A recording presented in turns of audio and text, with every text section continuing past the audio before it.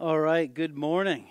My name is Brian, as Jim said. I'm one of the pastors here, and that was a pretty neat upgrade there. I think that's what happened after the Boston Celtics showed up and played the Atlanta Hawks the other night. Just brought the place down. Okay, you can laugh. It's cool. So anyways, there we go. Mic's on. So my name is Brian, as I said, and this morning we're going to talk about kind of a shift after Thanksgiving. I'm sure most of you in here enjoyed Thanksgiving. You had some good food to eat, I hope.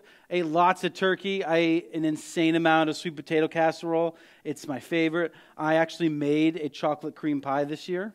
I made one last year, but it was more of a chocolate pudding pie because it didn't come out very good. But this year, I nailed it. My dad said it tasted almost as good as Dysart, so that's pretty cool. I felt accomplished there because that's like the standard, right? So, but this week we're going to talk about kind of a shift, a big monumental shift that seems to occur usually on Thursday nights. And in Maine, it happens around 11:59 p.m. and 12 a.m. And that shift is where we go from being thankful, right? Where we're with our family. We love where we're at, our family, our friends. We gather together to enjoy each other's company and eat. And we go from being thankful and grateful for what we have to needing a cart full, right? Because from 11:59 to 12 a.m., that's when Black Friday starts, right? And we kind of shift our focus from all the things that we're thankful for to now all the things that we need to fill our cart with, right? All those amazing deals. And then things start showing up at your house, weeks leading up to it. This is not even a week's worth of catalogs that showed up at my house. I'm a little ashamed to admit it, but all of these catalogs, and this kind of symbolizes that we've bought stuff, right? You buy something from a company, and then you're on their list, and then you get catalogs and catalogs. And sometimes you get 2 catalogs because they know I have more than one kid. I don't know what it is. But then you start looking through them, and I just look, and here's one for Tractor Supply. I can't remember if I bought one thing there maybe in my life, but now I'm on their mailing list, and I'm pretty sure I didn't even give them my address because I don't do that when they say, "Can we have your address?" I don't do it. But I started looking through this, and suddenly I found myself having all these needs, right? Like I saw this thing on the front here. This is a $999 safe.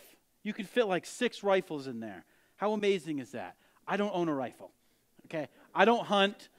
If you hunt, that's awesome. You probably need one of these, but I don't. But somehow I felt like, man, I could really use a safe.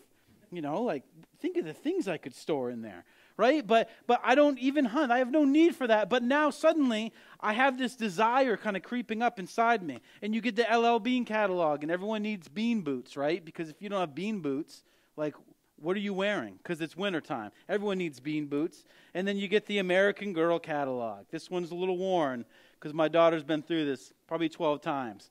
Because every girl needs an American Girl doll. I mean, look, she's an astronaut, right?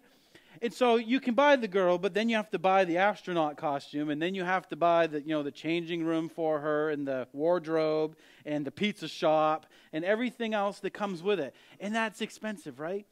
But we just get fed all of this stuff, and we need more and more and more. And technology happens. You wouldn't believe, this is just what I got in the mail. You should see my email. My phone is just buzzing all day, like eBay, Target, Walmart, Amazon. And they just hound you every day. Just, you need all this stuff. You need this. You need that. You see this deal. It's crazy. And so before Christmas season started, I didn't really have much needs. I was pretty content with where I was at. I didn't know that I needed a new LL Bean coat. I didn't know I needed a big gun closet to put the guns that now I need to get in there. I didn't have all these desires, and I didn't have all these needs, and I was kind of content, or at least I thought I was. And then I became more discontent, right? And I realized that my house was dumb. It didn't do anything cool. I can't say unlock the door, and it did. I can't do any of those types of things. And so I need to upgrade, right? Like my house, I was talking to my parents, and I was telling them about it, and they're like, "We're not even done building our house yet, and you're telling me it's stupid?" I'm like, kind of. It can do all these cool things if you set it up to do that. And so, as we kind of progress in, it becomes, everyone's like, "Oh, 'tis the season," right? But really, it's kind of 'tis the season of discontentment, right? That's what it really kind of boils down to be for many of us, is we get stuck in this dissatisfaction cycle, with what we have or what we don't have or what we can or can't afford. And it amazes me that while, we can have a smartphone that can do basically anything a computer can do for the most part. We have TVs that are as thin as, a pizza box. And we have, all of this stuff and transportation. I can listen to any, music I want on the go. All of this stuff and technology is coming. And yet I still feel the need to upgrade. I still feel the need for more. If you know much about me, I enjoy a good woodworking session down in the basement. I enjoy, puttering around, as my dad would call it, and turning on the lathe and stuff like that. And I get that from my dad. He's a big woodworker. And so in my dad's shop, kind of the focal point of many, woodworkers is their table saw. That's kind of like the center. That's like the big piece. So my dad had this table saw down there. It's a Craftsman. It's got a cast iron top. It's a 10-inch. It works great. I'm pretty sure he bought it in like 1982, 83, before I was born. He bought it brand new. It still has the tag underneath from Sears and Roebuck, right? And so it's a great saw. It's a workhorse. It does everything you need it to do. It cuts, right? And so my dad's content with that. He loved it. It was great. And then one day I'm at Martin's, doing what all good Martin's shoppers do, looking for a deal. And I come across this whole aisle full of like Craftsman stuff. And I see this table saw, and it is a work of art. It's beautiful. And I'm like, I need this table saw, okay? Because I had a table saw, but it didn't do what I needed it to do. So I wanted this table saw, right? And so I knew that it was way out of my league, okay? It was like, $600, and it was out of my league, but it was beautiful. So I did the next best thing is I called my dad, because I was like, Dad, if he buys it, I could use it, right, at his house. So I call him like, Dad, you got to check out this table saw. It's beautiful. He's like, Brian, I don't need a table saw. Mine works great. It's been working for 30 plus years. I'm like, I know, Dad, but you got to see this thing. It's beautiful. So he comes over, he checks it out. It's got a granite countertop, right? I don't have granite. It doesn't have a granite countertop. That's granite top. I don't have granite countertops in my house, but this table saw has it, and it's beautiful. And you turn it on, and it sounds like a 747 about to take off. Like you could cut metal with the thing. I don't know. It's super powerful. It's awesome. So my dad's like, all right, I guess I need it. So he buys it, okay? So he brings it home, and then I was like, so Dad, what are you going to do with your old table saw? You can't get rid of it, and so you can't use it now. Your shop's too small. So I took it. So I got his table saw, and then I sold my table saw to Jim for like $100 and the Back to the Future trilogy on DVD. No joke. And so, but what happened there is that we end up buying all these things that we think we need only because we become aware of them later, right? Like we're bombarded with all this stuff. Like you might also like this, right? Have you ever heard of that? You might also like in your email, you get an ad from Target or something, or try this one when you're on Amazon. Does this sound familiar? Customers who bought this product also bought this one, right? Like you buy this and then they're like, well, you might need this, that, and the other thing. You're like, I guess I need all those too, right? Like they suck you in. And we're usually okay with what we have until we become aware of what we don't have.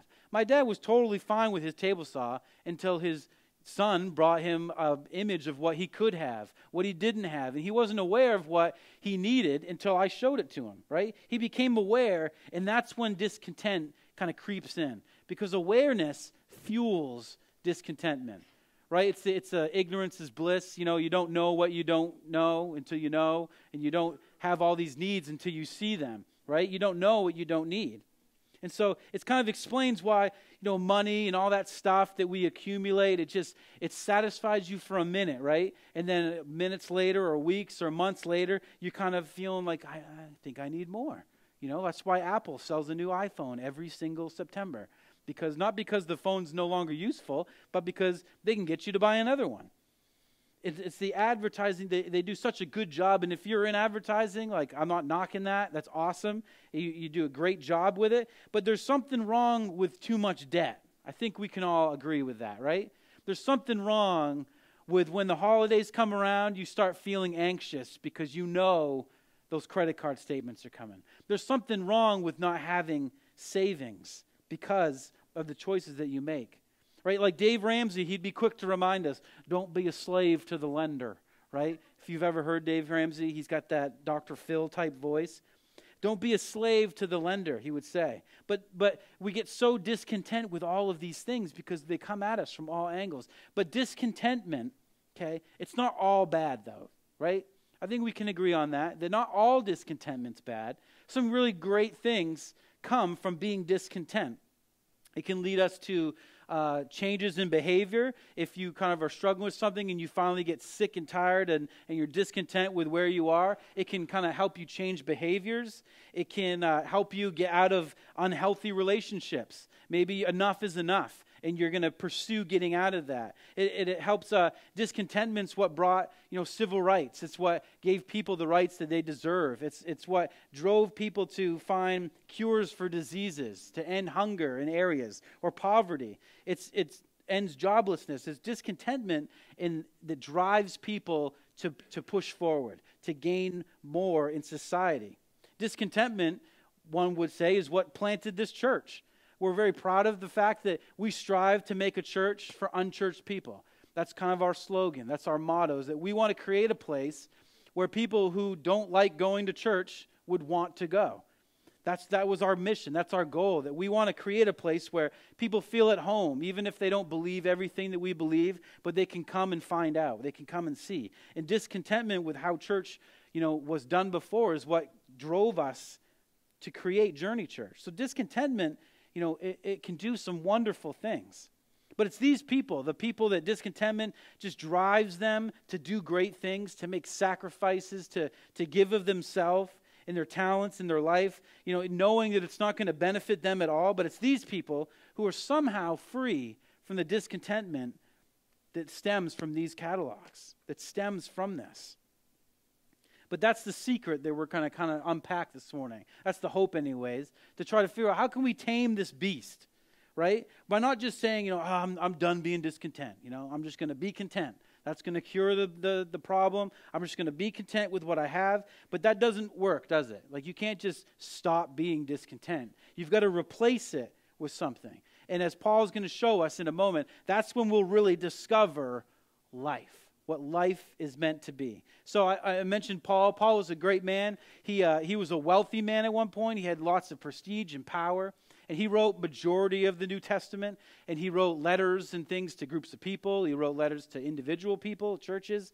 So we're going to look at 1 Timothy. And these are kind of letters that Paul wrote to this man Timothy, believe it or not, and where he is kind of mentoring him. He's trying to bring him along, raise him up to be, maybe to take Paul's place.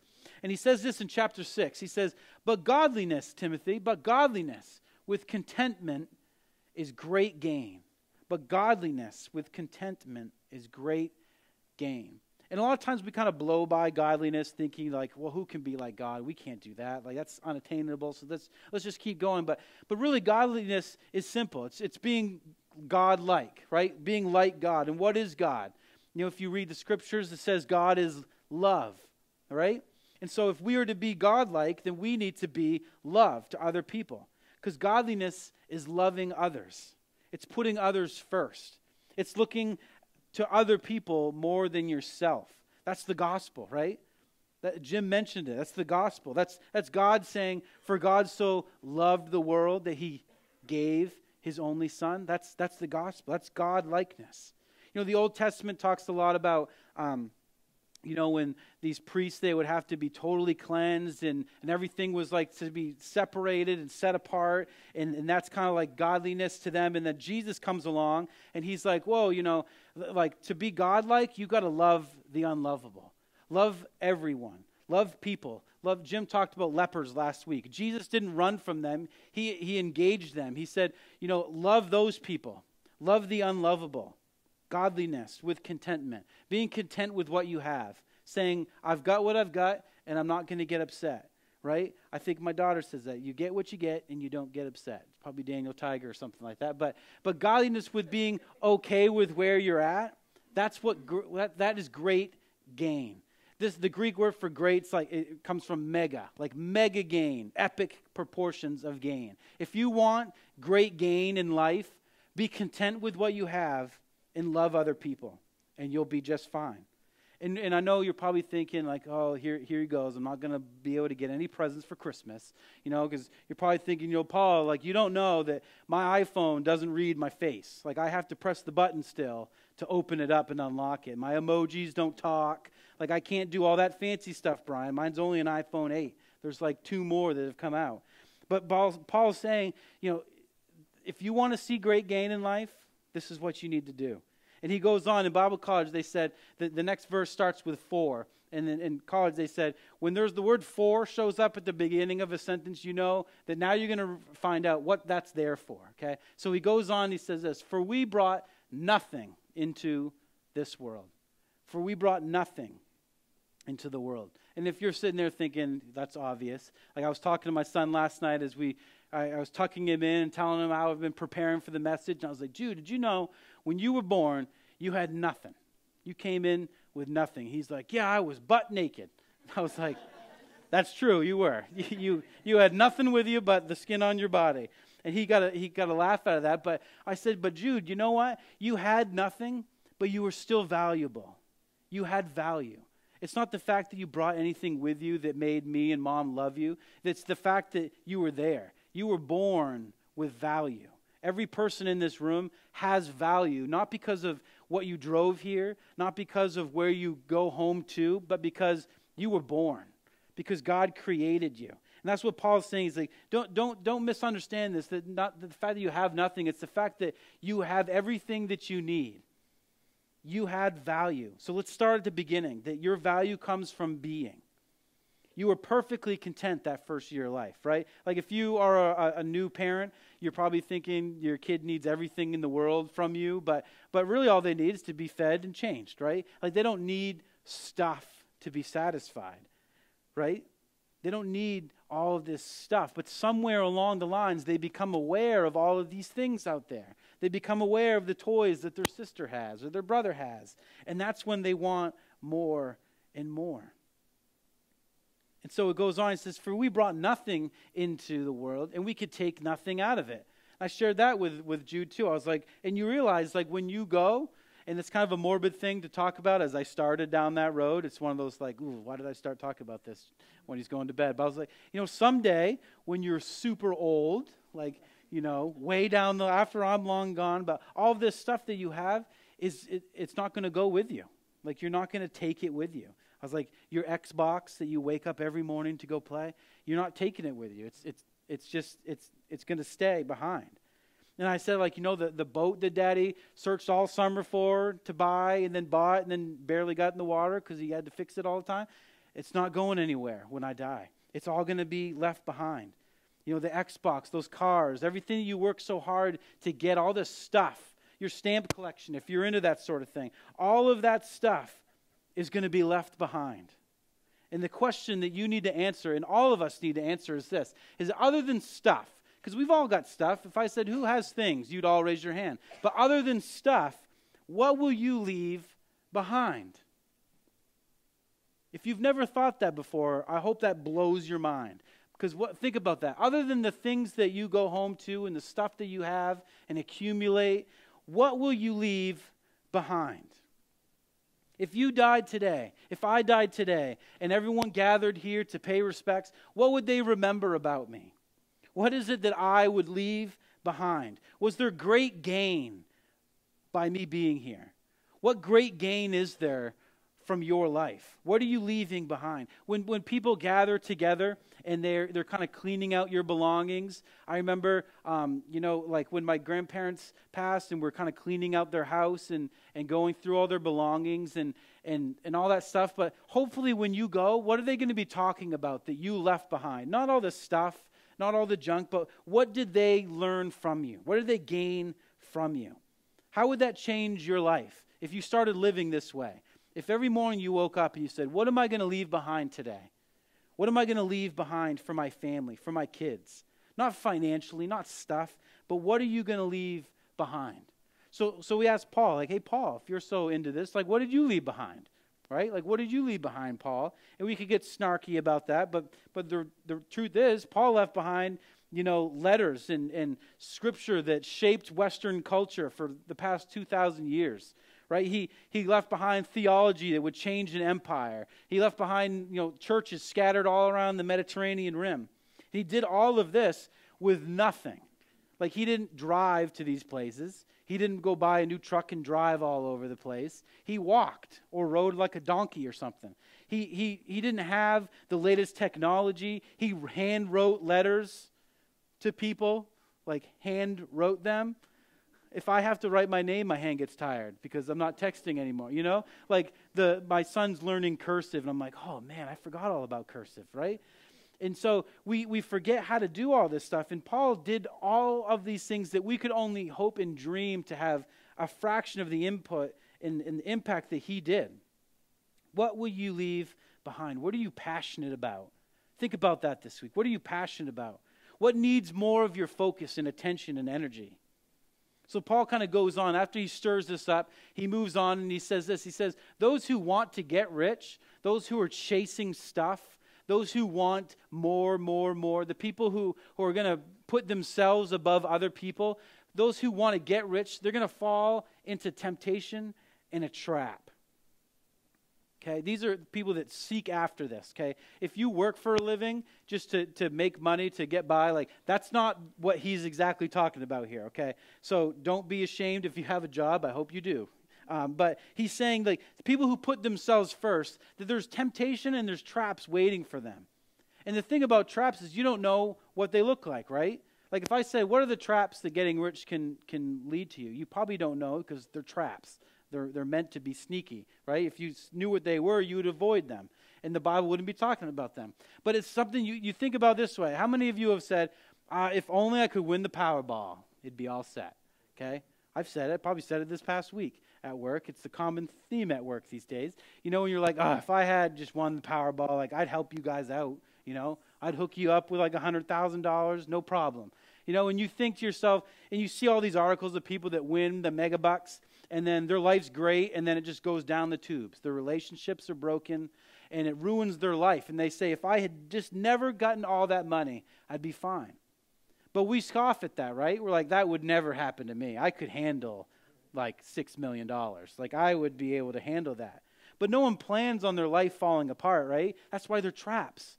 When you chase after stuff, these traps, they lay in wake, because discontentment, it's dangerous. It's dangerous. If it's not controlled and it's not going after the right things, discontentment can be dangerous because it can plunge us into credit card debt. It can plunge us into signing leases on things that we have no business signing leases on. It can drive us into relationships we have no business being in. It can drive us to dry up our savings just so little Jimmy can have the new Madden game, right? It can drive us to all of these terrible places. But Paul's not done. He kind of goes on. He's like, we're just hitting this over and over. He says, for the love of money is a root of all kinds of evil. The love of money is a root. So a root, you know, that's where things grow out of, okay? So if love for money, it's just down in there, and it's all these evil things can grow out of a love of money. And Jim talked last week about gratitude. And he talked about how if you're on the recipient side of ingratitude, that you're well aware of it. Right? If someone's ungrateful for you, you see that. That's obvious to you. But if you're the initiator of ungratefulness or ingratitude, you don't see it. Right? Like you might think you act grateful to your spouse, but in reality you're not. You don't see that. It's hard to see that in the mirror. And that's the same with a love for money. You might not know that you have a love for money. So how do you know? You got to ask yourself, what are you willing to do for it?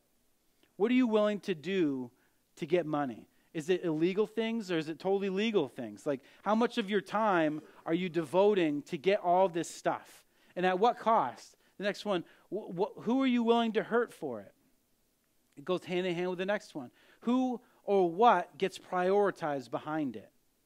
What gets the priority? Your family or the chase for more stuff?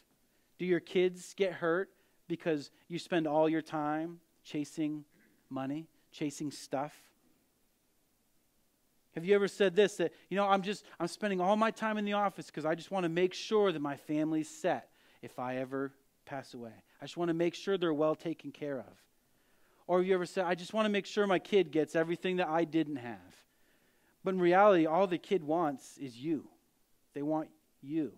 No kid, when their parent passes away, think to themselves, man, I really wish my dad was still here because I'd be getting a lot more stuff.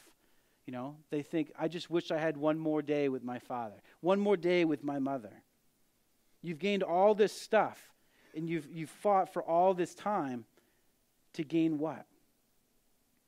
But then Paul says this. He says, but you, man of God, flee from this. Flee from this. There we go. I might have skipped something. That's fine. But he says this, but you, man of God, and he's talking to Timothy, but I think he's talking to all of us, that you flee from all of this. Flee from this love of money. Flee from this pursuit for all of this stuff, for more and more. Flee from the pursuit of upgrades and that mentality of I just need to upgrade. I just need more things. I can't do life without more stuff. I need more technology, more money. And flee from that. And he says this, don't just flee from it, but change the direction. Pursue something else. Like you can't just say, okay, I'm done with stuff. You got to change your focus. You got to say, I'm not going to pursue money and things and stuff anymore. I'm going to pursue something else. And Paul suggests, how about you pursue righteousness? How about you pursue good character, right? How about godliness? Pursue loving other people. Put others above yourself. Pursue your faith. Pursue loving people. Endurance, because this stuff's hard to do. And gentleness. Contentment is found by redirecting our pursuit. You've got to change where you're heading. You can't get somewhere if you're heading somewhere else. You've got to change your direction. Redirect your pursuit. It's not found in just saying, I'm not going to be discontent anymore. It's found in turning towards something else, going in a new direction.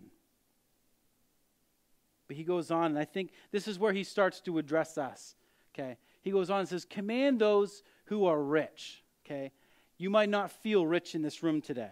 You might not feel like you're considered to be rich. But if you get any of these catalogs in the mail, I'm telling you, you bought something and you probably had some surplus at one point. Here's another thing you can know if you're rich. If you got a box this week from Amazon, Target, Walmart, Old Navy, any of those places, and when it arrived, you couldn't remember what was inside. That shows that you're rich, okay? In the world standards, you've ordered things and you're just like, I can't remember what I ordered this week. But there it is. He's talking to all of us that we are rich in the world standards. He says, command those who are rich in this present world not to be what? Not to be rich? That's probably what he's saying, right? Because all this talk about money is the root of evil. He's probably going to shame us for having money and all this stuff, but he doesn't. He goes on, he says, command those who are rich in this present world not to be arrogant. Right? Don't be arrogant about it. If you have, then you have. If you don't, then you don't. But don't be arrogant about it or put your hope in wealth. How many of you have seen, article after article? I watched a documentary on Netflix about professional athletes, okay, who get multi-million-dollar deals. And they play and they just waste it all away.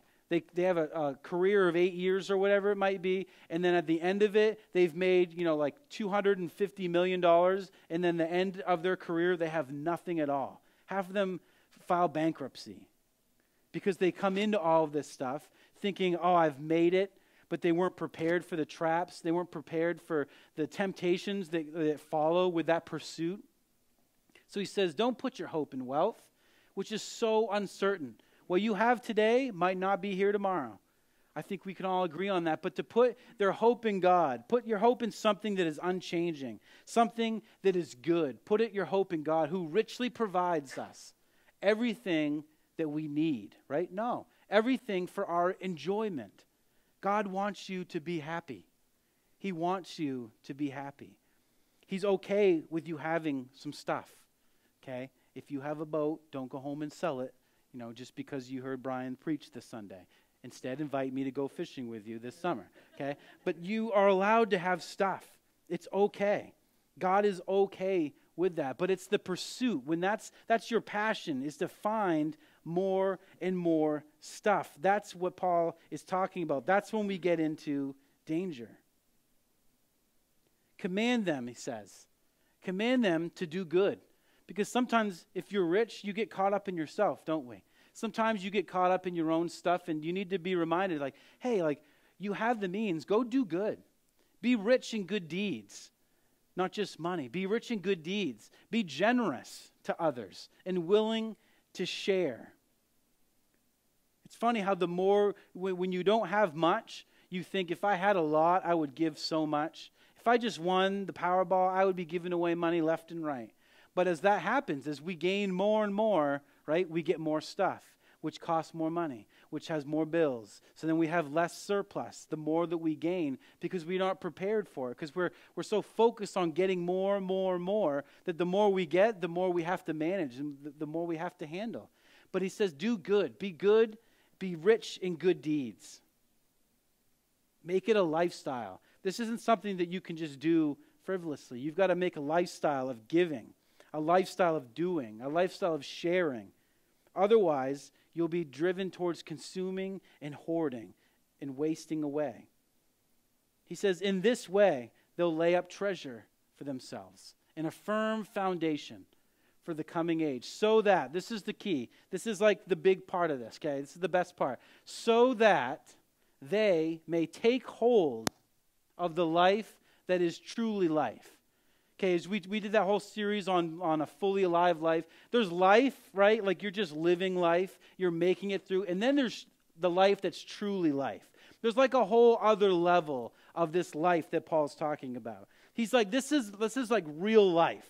Life-giving life. The type of life where it's worth celebrating. Where if you pass on, the place is packed out with people that you've never even met before. Because your life just leaves life in its wake. That as you go and people encounter you, that they leave and they're just like, man, that guy, it's just like, I don't even know who he is, but he just, exudes life. He's just so giving. He's just so generous. He shares whatever he has. He's so loving. It's a life that leaves life in its wake, not stuff. Life becomes truly life when it's given away. If you're a person that writes things down, write that down. Life becomes truly life when it's given away. That's how we leave something behind other than stuff. That's great gain. Great gain is living a life that's given away. Because the value of life, it's always determined. Okay, it's always determined. You've seen this at funeral after funeral, and this might sound morbid, but the value of life is always determined by how much of it was given away. How much of it was given away? How much of your life have you given away this week? The value of our life, it's never determined by how much stuff we've consumed, how much money we've gained, how much stuff is packed in our garage. It's how much life have we given away. Whose cup have you filled this week? But godliness with contentment is great gain. That's great gain. That's moving forward. Contentment or discontentment, it's controlled only by redirecting our awareness, redirecting our focus into something else. Because every funeral that you attend, you hear a story after story of people and the impact that person had on their lives. You don't see people lining up to say, so-and-so bought me a car this last month and it was great. Or so-and-so had so much stuff. They just had this giant house and I just thought I'd show up to his funeral to tell people that. Like, no one cares about that kind of stuff, right? You show up and like a great funeral when, and that seems weird, but like when my father-in-law passed, there was a line of people waiting to tell stories about the type of person that he was, about the man that he was, the life that he lived, the way he impacted them, the way that his life impacted their kids' life through him, through those relationships. Because the value of your life, the value of mine, it's ultimately going to be determined by the measure of how much of our life is given away. Godliness with contentment is great gain. And this Christmas, this is the challenge, okay? Before we get ready to go, this Christmas season, let's be different, okay? Let's get a little weird this Christmas. And let's prioritize other people maybe. Let's reprioritize what we're doing for our families. Maybe let's enjoy what we have and not be deceived by the loads of things that we don't have. So here's the big ask. Would you consider maybe, no matter what you have, what you don't have, how much money you think you have or don't have, how much stuff you have, or what you believe about Christmas or about God or Christianity or any of that, but would you put someone or something ahead of yourself financially this Christmas? Would you put someone or something ahead of yourself financially? Whether it be an organization, whether it be a family, something ahead of yourself. That doesn't mean neglect you and your family to the point of, going without, but to put someone first, where you get your paycheck and you say, the first kind of skim off the top of this, I want to set this aside for somebody else. Maybe it's a family that's just tugging at your heart. Maybe it's an organization who's just doing great things to change the world. Would you step away from yourself and put them first financially? Better yet, would you get involved with maybe your time? I think many of us, our time is the most valuable commodity that we have. We've got so little time, but will you donate your time? And notice there's not a big slide here that says, Journey Church is looking for volunteers, or Journey Church could use your money. We don't collect an offering at Journey. We have a box in the back if you feel, obliged to give. That's not our point this morning. That's not why we're doing this. But we want to spread the love of God. We want to show people that we care, and we want you to live a life that is truly a life worth living. And you do that by putting others ahead of yourself. And if you do this, I promise, it'll be the best Christmas you've ever had. I promise if you teach your kids to give towards other people instead of just receiving, it'll be the best Christmas that they ever have. And I promise that you'll enjoy what you have more. But what you have will not have you. Right? So in the end, we're all going to leave everything behind. That car you drove up in, it was nice while it lasted, but we're leaving it all behind. But the question is, what are you going to leave behind of value? What's your legacy going to be? When people gather, when people hear your name, what are they going to think? Rich? A giver? A lover? A friend? A solution finder? Someone who was passionate? Someone who valued people? Relationships? What are you going to be known for? And my hope is that you leave behind more than just stuff. That you'll leave behind a legacy. And my hope is between now and then that you'll discover a life that's truly a life worth living. Let's pray. God, these are some hard words this morning. And I pray that people will receive this, God, with a heavy heart to think about other people. I know that this message in particular, I felt like was completely preached towards myself, and I thank you for that, God. I just pray that you'll soften our hearts this Christmas season to think about how we can impact others' lives and not just receive gifts, but to give. Pray that you will make us sacrificial givers, to give a little bit more than we think we can, to change this community for you, God. We love you. We thank you for each person in this room. Just pray for a safe trip home. We love you. In Jesus' name.